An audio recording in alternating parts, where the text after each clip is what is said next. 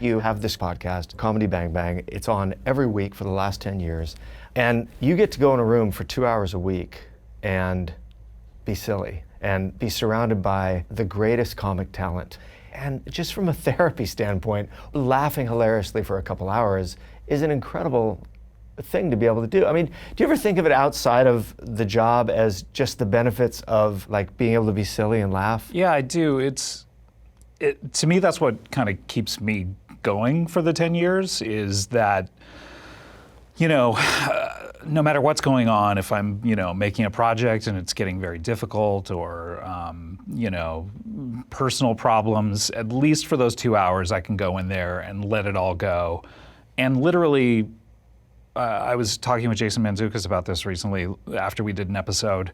It's just so nice to just like let it all go and laugh harder than you have laughed all week for that particular 2 hours and just be having such a good time. It's really the most wonderful part of being a comedian is the community of funny people that you surround yourself with. Yeah. I mean, I envy you in the sense that... Thank you. Yeah, well. I envy you. And you're tall, you're handsome. I mean, you're tall and more handsome. Maybe less tall? I can't tell. No, but was there ever a pressure to it, for it to be good, or for you to worry that you'd run out of things to say or anything like that? I don't think that there's a pressure of running out of things to say because usually if you listen to the show, we're not really saying anything. It's just being kind of stupid. But there is pressure to it, when it's working, which is, 75% of the time. It's kind of effortless and you just go in and have fun. Right. I remember David Letterman talking about what he liked in guests. And the perfect guest to him was someone who would come on and run the interview and just talk a lot, right. And where he could sit back and just throw a few questions in, And so sometimes I think about that where maybe I'm just more attuned to it because I know the particulars of what makes a good guest to me.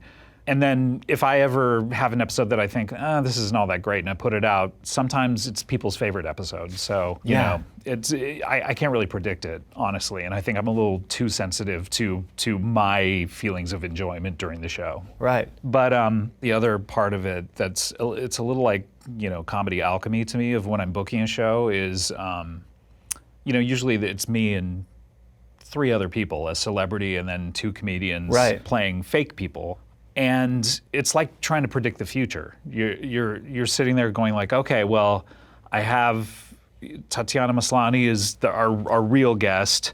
What comedians would work well with her and would work well together? And so you get that in your mind of like, okay, this is going to be the episode that I've mixed the perfect ingredients. Yes, exactly. Yeah. And then when it doesn't go exactly the way that you thought, it can be a little bit of a, oh man, if only I had made different ingredients, who knows what. But that's also the joy of it is sometimes you just put something together and you're like, this is definitely not going to work. This is too many wildly disparate elements. And then suddenly it's magic.